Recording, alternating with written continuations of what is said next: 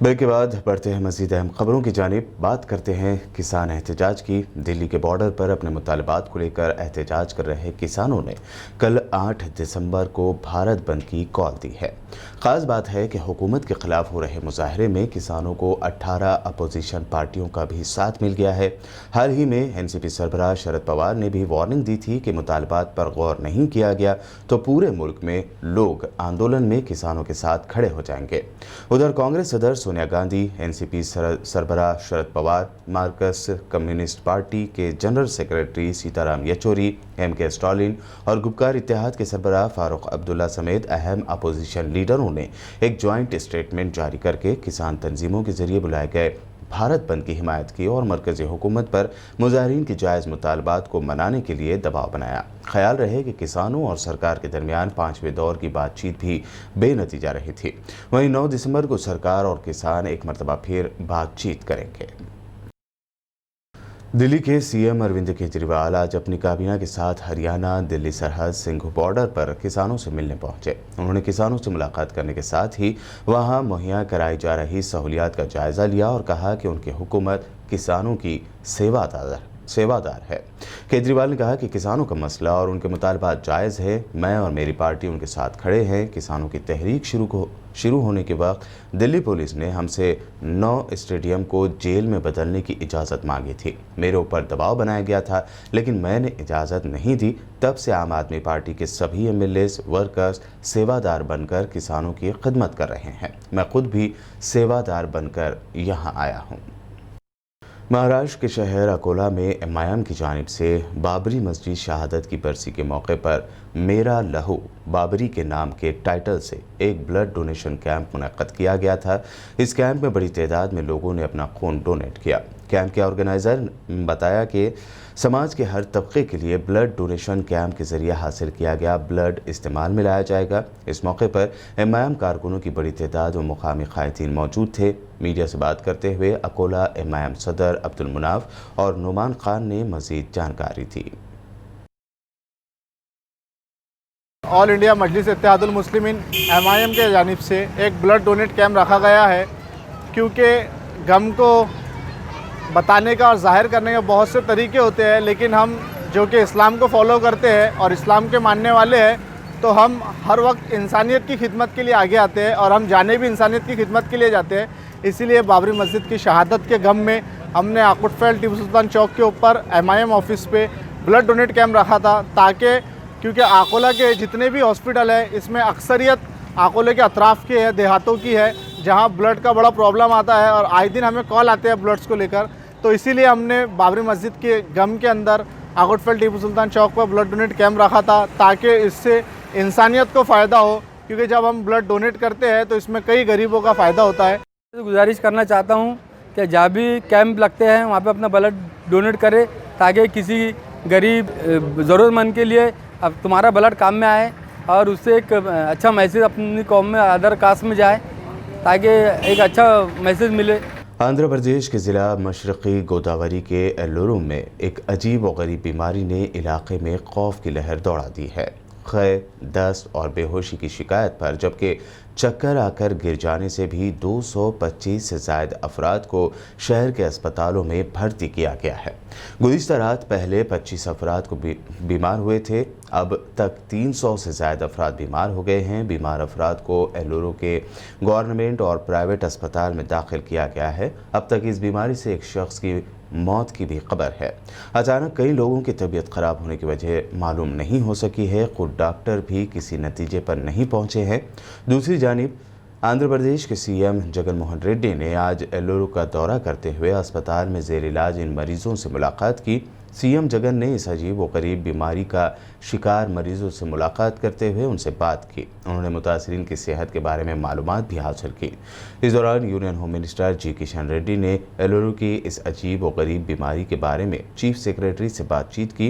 बीमारी की वजूहात के बारे में जानकारी भी ली, साथ ही यकीन भी दिलाया कि मरकज़ की हुकूमत ज़रूरत पड़ने पर मदद करने के लिए तैयार है। इसके साथ किशन रेड्डी ने ICMR ओहदेदारों के साथ इस अजीब व गरीब बीमारी के बारे में बातचीत की है और AP हुकूमत को मुमकिन ताउन करने का हुक्म दिया है। दिल्ली से IMCR की एक टीम एल्लुरु पहुंचेगी।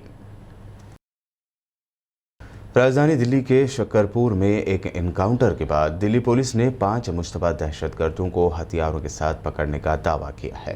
पकड़े गए लोगों में 2 पंजाब और 3 कश्मीर के बताए गए हैं। DCP special cell Pramod Kushwaha ने बताया कि दिल्ली वाक़े शकरपुर में 5 लोग एक तसादुम में पकड़े गए। कुशवाहा ने मजीद बताया कि उनके पास से हथियार, हेरोइन और कैश बरामद हुए हैं। पुलिस ने यह भी बताया कि ये 5 किस दहशतगर्द तंजीम से जुड़े हुए हैं। फिलहाल इसकी तस्दीक होना अभी बाकी है। 5 लोगों को अप्रहेंड किया गया है।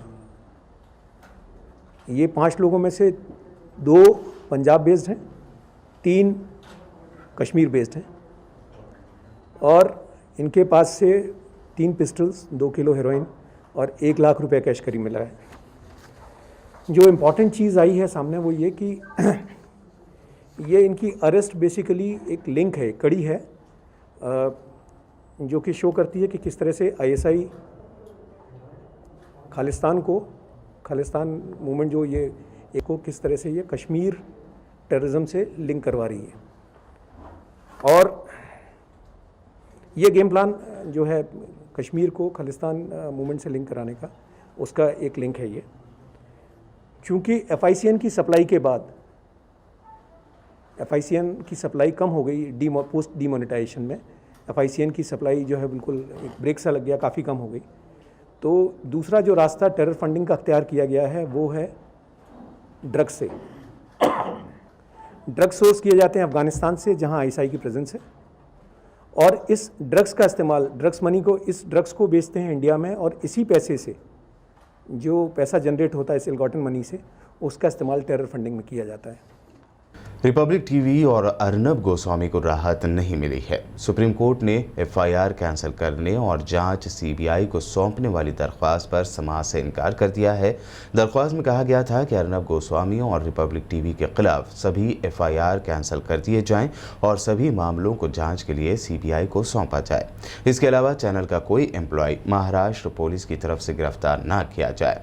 जस्टिस चंद्रचूड़ ने दरख्वास्त गुजारों से कहा कि आप चाहते हैं कि महाराष्ट्र पुलिस किसी भी मुलाजिम को गिरफ्तार ना करे और केस को CBI को ट्रांसफ़र कर दे।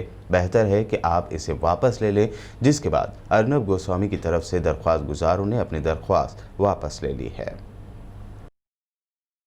महाराष्ट्र के 4 ज़िलों की तहसीलों में एक आदमखोर तेंदुए ने दहशत मचाई हुई है। अब इस आदमखोर तेंदुए को जान से मारने के अहकाम जारी किए गए हैं।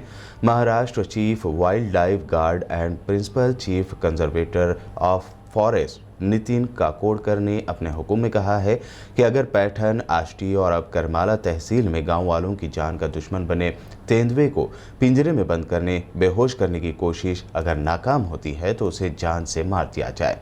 पहले औरंगाबाद के पैठन, फिर अहमदनगर के पाथर्डी, उसके बाद बीड़ जिले के आष्टी तहसील और सोलापुर के करमाला तहसील में अब 10 लोगों पर तेंदुए के हमले हो चुके हैं, जिनमें से 8 की मौत हो गई है और 2 जख्मियों का इलाज किया जा रहा है।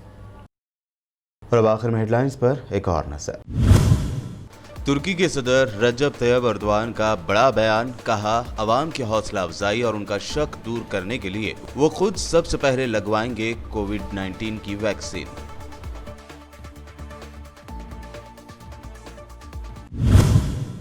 दुनिया भर में शुरू हुई कोविड-19 की वैक्सीन हासिल करने की दौड़, सऊदी अरब भी शामिल, कहा वैक्सीन वसूल करने वाले पहले ममालिक की लिस्ट में होगा सऊदी अरब।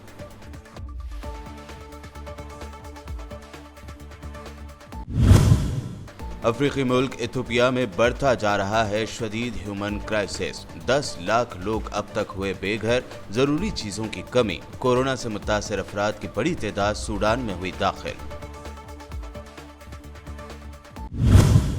मोदी सरकार के एग्रीकल्चरल कवानीन के खिलाफ दिल्ली बॉर्डर पर डटे किसानों को मिला अपोजिशन का साथ। कल 8 दिसंबर भारत बंद को अपोजिशन की 18 पार्टियों ने की हिमायत, एहतजाजी किसानों से मिले अरविंद केजरीवाल। आंध्र प्रदेश के जिला ईस्ट गोदावरी के एलुरु में फैली अजीब व गरीब बीमारी, चक्कर आकर गिर रहे हैं लोग, अब तक 1 की मौत, 200 से ज्यादा अफराद मुतासिर। सीएम जगन ने की मुतासिरीन से मुलाकात, मरकजी हुकूमत भी हालात पर बनाए हुए हैं नजर। रिपब्लिक टीवी और अर्नब गोस्वामी को नहीं मिली राहत। चैनल के किसी एम्प्लॉइज को गिरफ्तार न करने और मामले की जांच सीबीआई को सौंपने की दरख्वास्त सुप्रीम कोर्ट ने कर दी मुस्तरद।